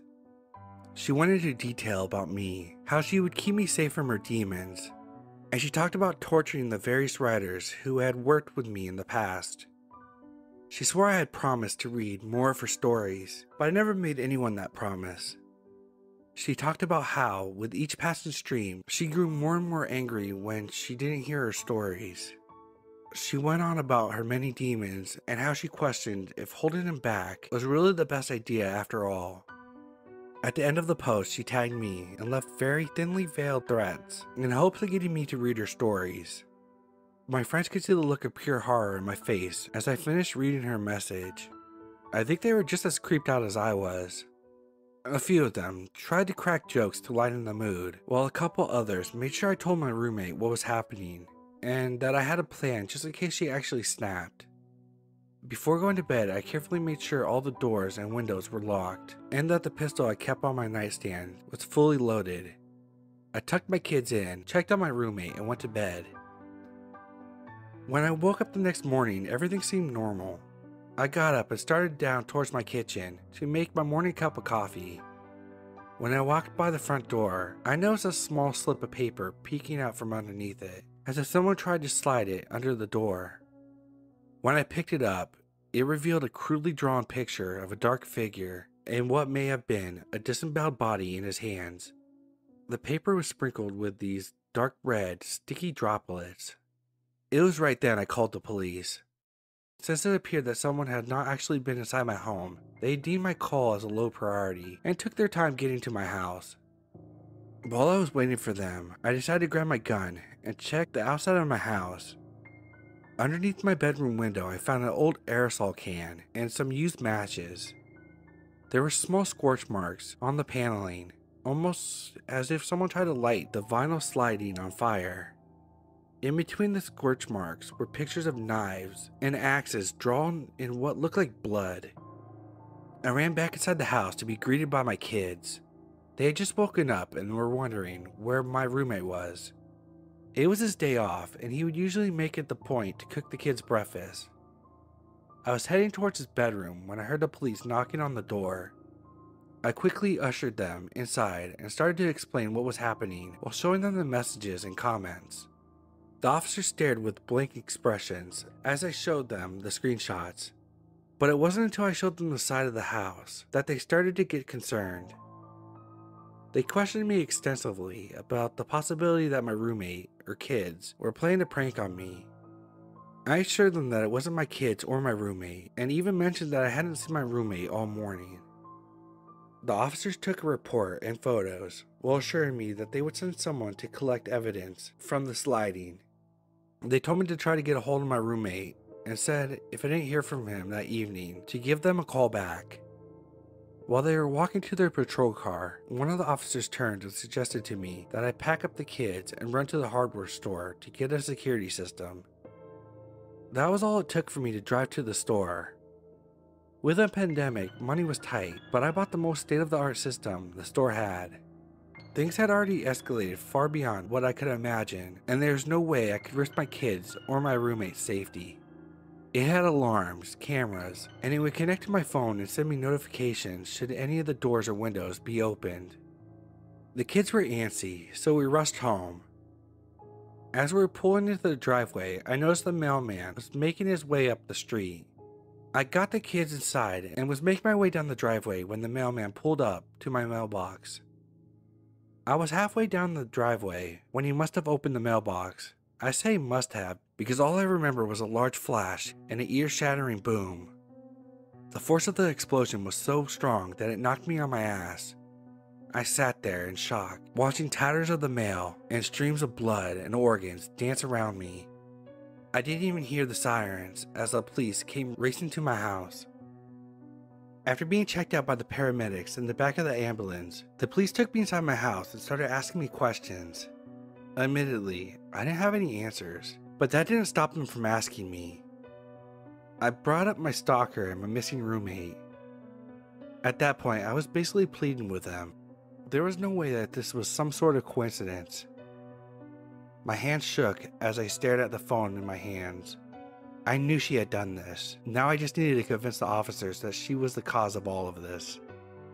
While showing the officers the post that my stalker made about me, I noticed the dates.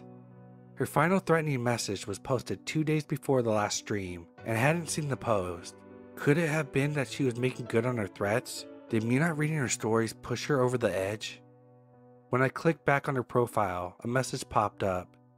Without me reading it, I handed my phone to the police officer closest to me. The officer turned pale within moments of reading the message. He started dry heaving and had to leave the room. As my phone was passed from officer to officer, each one had a unique but equally horrified reaction. I still don't know what was in that message, and I don't want to. The police took my phone and laptop and put me and my kids up in a hotel a few towns over. After everything that had happened, I was super antsy, so I decided to walk to the store next to the hotel. While I was there, I picked up a cheap pay-as-you-go phone so I could contact my family and let them know that me and my kids were safe. I downloaded the Reddit app so I could see if my stalker had posted anything new, and so maybe I could be prepared just in case anything happened. She posted a picture of my roommate's wallet about an hour ago. That's part of what made me decide to document this. I didn't think I was going to get to see my roommate again, alive at least, and wanted there to be a solid paper trail should anything happen to me. As I was finishing typing out everything, I decided to check out her Reddit again, and there's a picture of my hotel room door. I think she is watching me now, because right as I looked up from my screen, my phone started buzzing wildly in my hands. Message after message came through with no pause. Panicking, I threw the phone on the bed and started weighing out my options. I managed to pop off the grate of the air vent, and it looks to go through to the room next door. I've convinced my kids to crawl inside and made them promise to crawl to the next room if they hear anything bad happen. I turned off the heat and air in my room before loosely screwing the grate back on. I'm on the phone with the police now. Thank God this hotel still had the old corded phones in the rooms. I hope I can update this soon, but if I can't, know that I went out fighting, and always be aware of who you're talking to online. Please don't ever be afraid to block someone, and always trust your gut. February 14th. My heart is beating out of my chest. What a day. Love is in the air and Cupid struck. I've been so lonesome since my beloved Ethan passed, but I'm truly blessed to have met Paul. We've been co-workers for a few weeks, and although I'm typically attracted to the nice guys, I fell head over heels for this biker bad boy. I'm so happy I worked up the courage to make a move today. I can give love a chance again. February 17th. Well, Paul began to show his true colors today. The first couple of days of our relationship, he promised me the world. Told me everything I wanted to hear, but it's like a switch flipped. He didn't even touch the dinner I made us tonight. Didn't even thank me for the effort. He called me some pretty awful names too.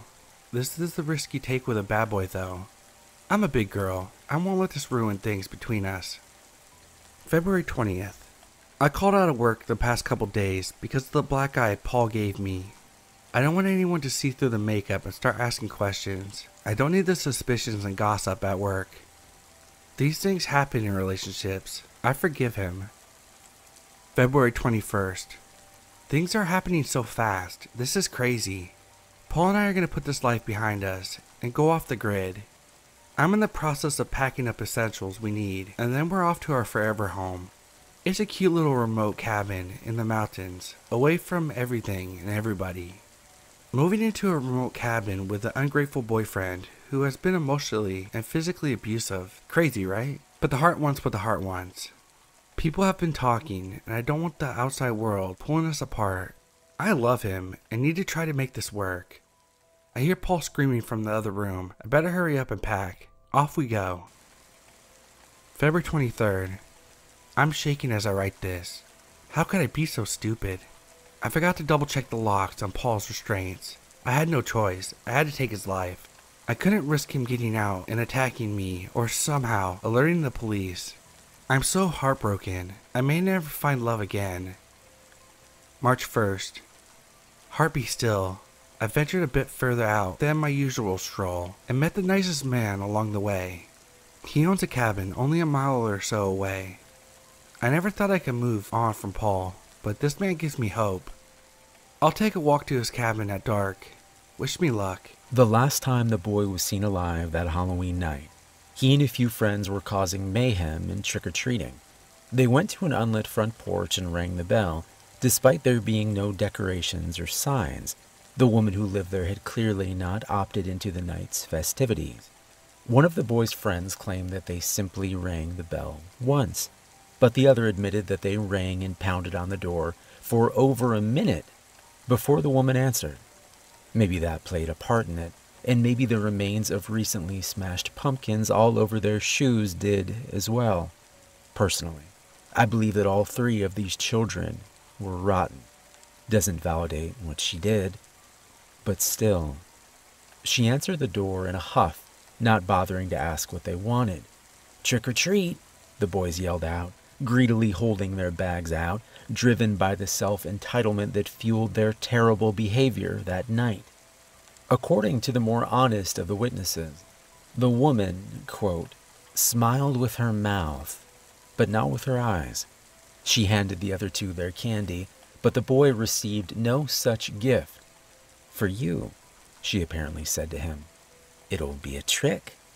She pulled him inside and slammed the door, locking it before either of his friends could try to help him.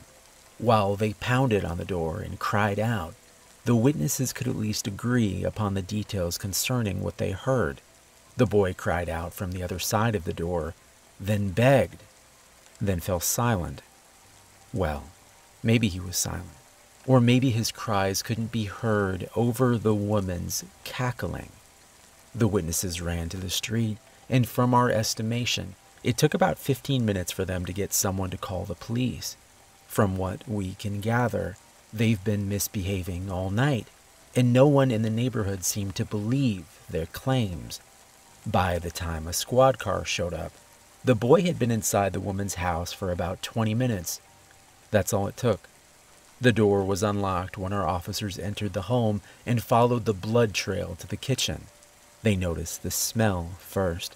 As it turned out, the pulled-apart pieces of the boy's brains and a few bits of his skull were on a baking sheet, roasting in the oven, alongside pumpkin seeds. The boy's body was seated at the table, as if patiently awaiting the nearly finished treats. His head, no longer on his shoulders, was instead set on the plate before him. The top of the boy's head was cut away, replaced by the cap of a jack-o'-lantern. His eyes and nose were gone, later found in the trash bin. The lips, and much of his cheek flesh, had been carved away and discarded as well. Behind his teeth, the officers would see a dim light shining through. A lit candle was resting on his tongue.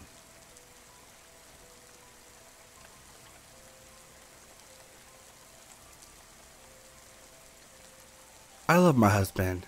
I know he isn't cheating on me. Now, other women might be suspicious if their husbands started coming home in different clothes than they left in. But not me. I trust him. I know he's not cheating on me. Other women might be suspicious if their husbands started spending longer hours in the office. Other women would jump to conclusions seeing their husband with so many younger girls. Friends from work, he calls them. Other women might be upset constantly seeing the girls that take up so much of their husband's time, reminders of the fact that he's never home. But not me. When I watch the news and I see the pictures their family chose for their missing posters, I can't help but smile. My husband isn't cheating on me.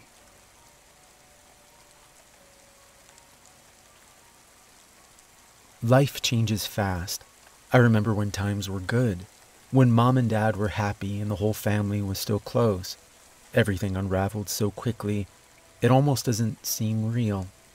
Mom discovered the messages Dad was sending to the mistress. The divorce was bitter and brutal, violent fights, daily shouting matches, and ultimately Dad leaving the house for good.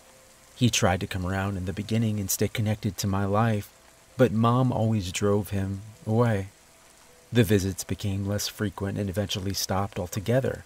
Now life is just me and Mom, and it's a living hell. She has completely become unstable and controlling. She lives in constant paranoia, saying that I'll leave her to rot just like my father. My life has become a life sentence, confined to this prison called home. She took me out of school and opted for homeschooling. She won't let me leave the house unsupervised or have any contact with people in the outside world. She has complete control over every aspect of my life. When she discovered that Dad was marrying the mistress, she completely snapped. She started to call him incessantly, leaving horrific voicemails. When I asked her to stop, she told me that I speak too much and punished me for talking to her in such a way. I would hear her talking aloud to herself about hurting my dad. I wrote her a loving note, telling her that she needs to get help and stop this. She ripped it in front of me and told me that I'm a spy for my father, constantly eavesdropping on her. She told me to stop listening in on her conversations, and she punished me. This may be my last time writing. I saw my mother place a knife and duct tape in the car before leaving this morning. She saw me looking and told me she'd deal with me when she got home for watching her every move. She's already taken my tongue and ears. I don't want to lose my eyes now. Day 1. I still can't truly believe it, but then again, who could possibly believe they would see the planet they called home destroyed and live to tell about it? The feel and sound of the sun's explosion in the distance is indescribable, but we reached Mars. We terraformed a fraction of the planet and have hope for the future. The artificial sun provides light and heat we need. The lake and water generators allow us to drink, nourish the crops, and the livestock gives us food and a sense of familiarity on this foreign land. This is day 1 of the post-solar world. Day 3. Everyone is cooperating, no arguing, no egos, no judgment. It's a beautiful sight to behold. I believe the event has given us a new appreciation on life. Day 6. The excessive iron levels in the soil has made it nearly impossible to grow crops. We discovered an area of land about 2 football fields in size where the toxicity is low enough that crops can grow. Crisis averted. Day 10. The couple who settled on the fertile lands when we first arrived are now demanding livestock as a payment for use of their land. Some foolish people have actually begun to do this, but I won't condone such madness. Day 12. The couple have hired people to monitor the land with promise of extra food. They discovered the seeds I planted and dug them up. I also witnessed a man trespassing on the land today, and he was brutally beaten by the new guards. At least I have my livestock. Day 15. This is insanity. The people who settled along the lake when we arrived are now building a fence along the lakefront. They are demanding food in return for water access. Day 20. Mobs have broken out across the land, some targeting the fertile lands, some targeting the lakefront. People are desperate. I saw one couple trying to exchange their child for food. They had ran out of livestock to give. The paid guards from both sides put down the uprising.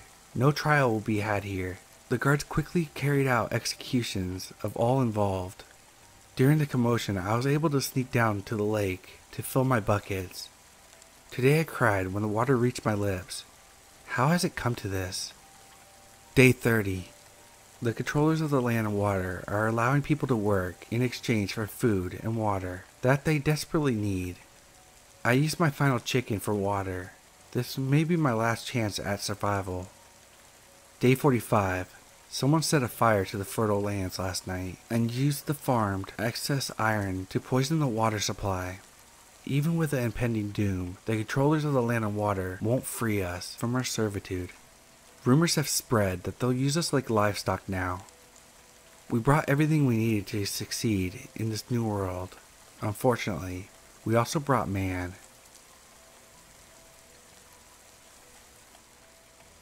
I peered over the edge, 8 stories down. Looked like quite the drop. I questioned how fatal it would be. The internet said you had a 50-50 shot of dying if you fell 4 stories, so the odds seemed good. I took a moment to appreciate the atmosphere from the roof of the garage. Even in those late hours, the heart of the city was alive in the distance, but it was truly dead out on the waterfront. I closed my eyes, breathing in the biting winter cold. The moon was mostly obscured by clouds that threatened rain all afternoon before failing to deliver. The stillness of the air echoed the respectful silence of so many churches and cemeteries. All in all, a nice night to end things on. I climbed up onto the edge. Suddenly the air was electric, and the view was both terrifying and exhilarating. A slight wind pushed at my back, a threatening, playful dare. This is the thrill I loved, the fear of falling, of dying, the fear fantastic. After enjoying the rush for a few minutes more, my phone started buzzing. She was on her way. I climbed down and returned to my hiding spot behind her van, and I waited. The security guard was very predictable. Her routine was always specific. This was the second of 8 hourly patrols, and from weeks of watching her, I knew that she would be headed that way at exactly 2:34. She didn't see me during her first patrol, so I knew I would remain hidden. This was her favorite spot, or at least that's what it seemed like. Sometimes she smoked while looking over the edge, but this time she was simply enjoying the view. I couldn't blame her. The lights from the buildings on the other side of the river twinkled like stars on the water's surface, a captivating sight. Before she could return to her patrol, I snuck up behind her and pushed her over the edge. She didn't scream on the way down.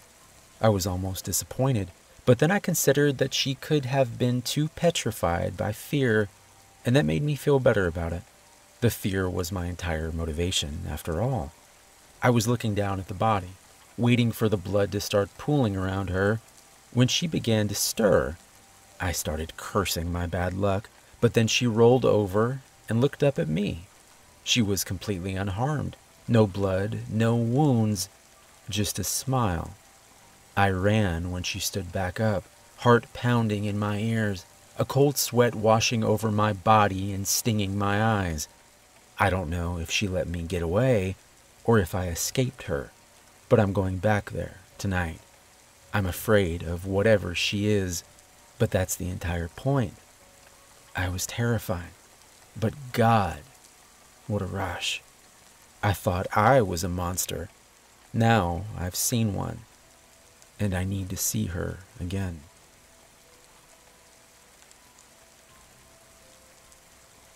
I've always hated those storage unit auction TV shows. As someone who actually buys the contents of storage units so I can sell them at my thrift store, I can tell you with absolute certainty that those shows are complete bullshit. All those shows have done is convince idiots with too much money to flood the market. They jack up the prices, lowering my potential profits, and they feel ripped off when they realize they bought $20 worth of junk for 10 times as much. They have no idea what it's really like to buy this as a career. It's not a war. We're not hunters, and we're certainly not searching for buried treasure. It's a business. Besides, we don't just find valuable items that can be resold. We find mysteries within those metal walls. Stories that were meant to remain locked away from the outside world. You buy what's inside, and that becomes your responsibility. Those mysteries become yours to solve, and those stories become yours to tell. I can't sell these things, but perhaps I can make use of them. Here's a good one that might entertain you, or at least keep you away from my auctions. This was into my second year running the store with my partner. We were looking into a unit from the outside, and something caught my eye. This dull, little metal lockbox, half covered by a blanket, surrounded by clothes and trash bags. No one else saw it. I got the lot for $20. I made a beeline for the box as soon as I paid for the lot, climbing over bags and clothes until I had it in my hands. I shook it, and it seemed full of small things. It didn't sound like coins, but I allowed myself to imagine that it did. Anything could be inside, right? The box was locked and I had no key, so I decided to pry it open at the store. In the meantime, we had a lot full of old clothes and blankets to move. Since nothing was fragile, we just threw it all into our van and brought it back to the store. We washed and dried everything before putting it on the racks, but my partner wanted to sort it out first. While he was busy with that, I started prying the lunchbox open with a flathead screwdriver. When my partner walked over to explain that he thought something was off about the clothes, the strange amount of variety in sizes and fit, I got the box open. I stared slightly at the contents while he wondered aloud where all the different clothes came from. Maybe it's all from another thrift store, he guessed, or a lot of different people. Look at this, I replied. I turned the box around, allowing my partner to see what was inside. The box was filled to the brim with human teeth.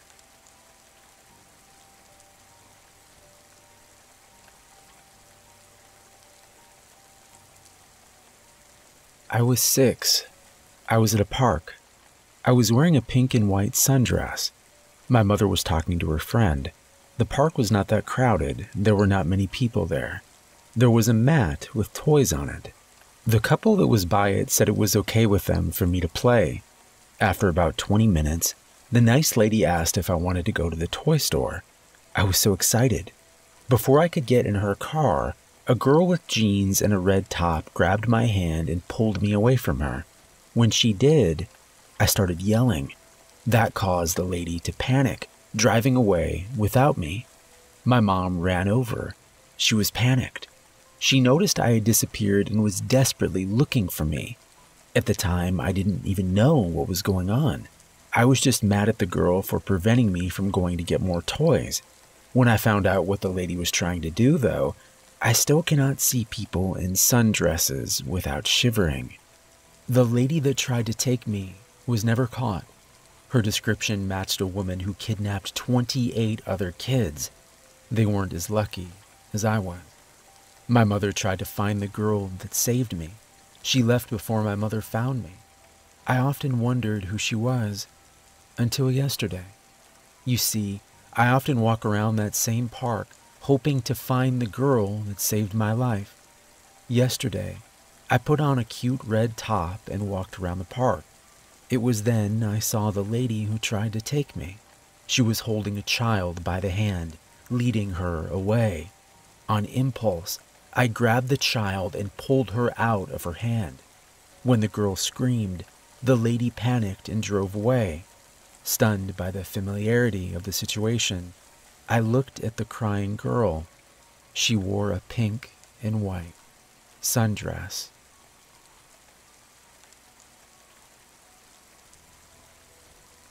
I fostered animals in my spare time. I took care of the wounded, and once they were back on their feet, I would return them into the wild. I guess it was kind of a hobby for me. They told me that there was someone in need of help in my pond. A small human laying on a lily pad, no bigger than my thumb.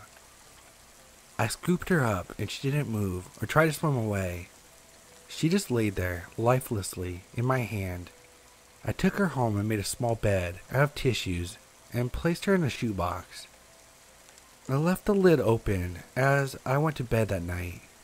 When I woke up, she was still in the box. I would bring her bits of food, but she wouldn't touch it. This continued for almost 3 days.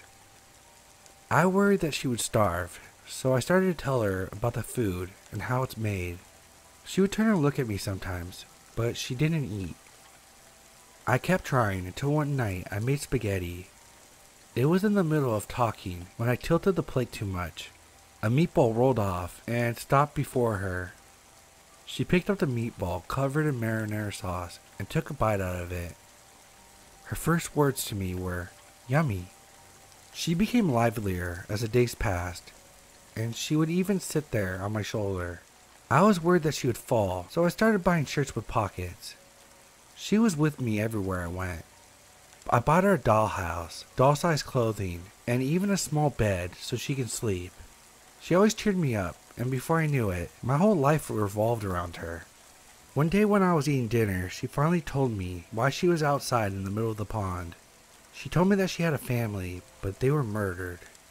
She had escaped by swimming away, and told me, "There are others like me. They hunt and eat us. They're cannibals." That night I felt anxious and sat up in my bed and stared at the dollhouse.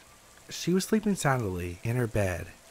I got up and sat in the kitchen for God knows how long. I had to stop them somehow. Before I knew it, I had fallen asleep on the table. I jerked awake and headed back to my room. I opened the door and peeked into her room, only to see her missing. My heart stopped. I looked closer, and there were specks of red all over. A small man about her size stood in the corner of her room, hunched over, and its face was completely distorted.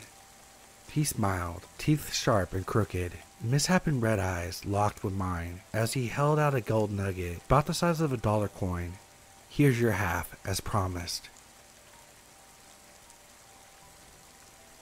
People were outraged and disturbed by the mass shootings, but then a celebrity had a baby, so they forgot. People were scared about global warming, but the stock market nosedived, so they forgot. People were protesting the war, but a new online challenge became popular, so they forgot. People questioned the gun confiscation, but a new movie came out, so they forgot. People questioned the mandatory curfew, but they saw many beatings and lifeless bodies at the rally, so they just tried to forget. People questioned the lies, but homes were raided. People were taken away in the night, and they were forgotten. People were once happy, free, at least I think they were. Information is limited now, and I can only regurgitate the writings my father left behind before he was taken. I miss my dad. He had the warmest smile and the brightest blue eyes. At least I think they were blue. I wish I could remember.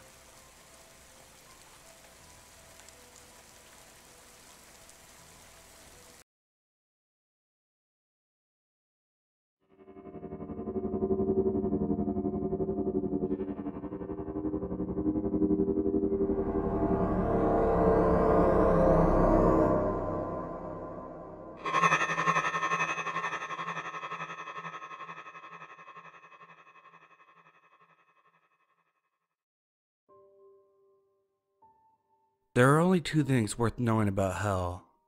You wouldn't be there if you didn't deserve it, and you can't get out unless someone offers you a ticket.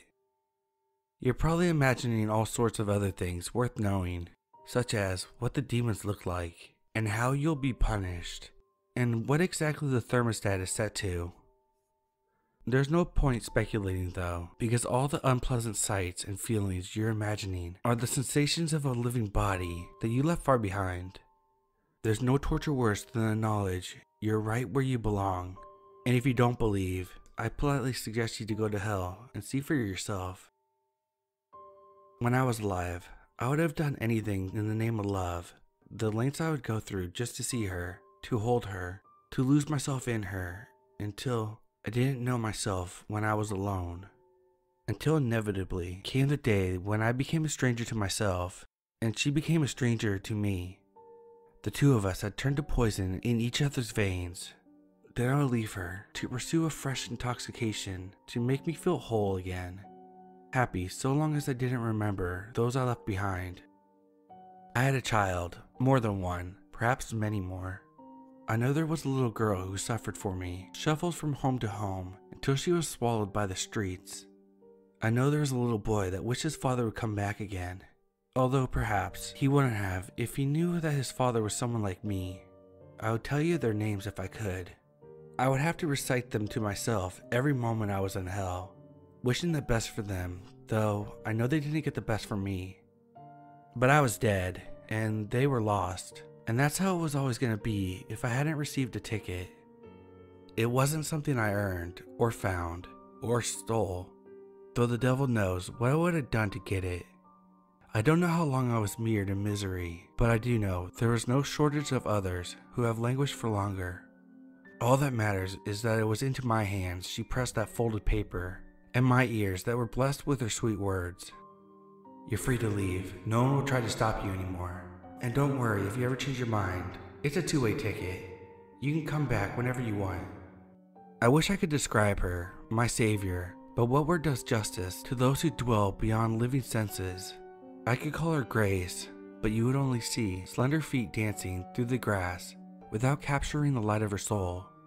I could call her Hope, but then you would only feel the flush of excitement beneath your skin and miss the infinite in her cloudless eyes.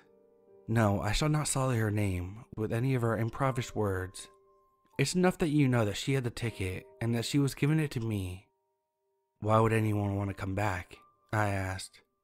You might as well ask why anyone would come at all, is all she would reply.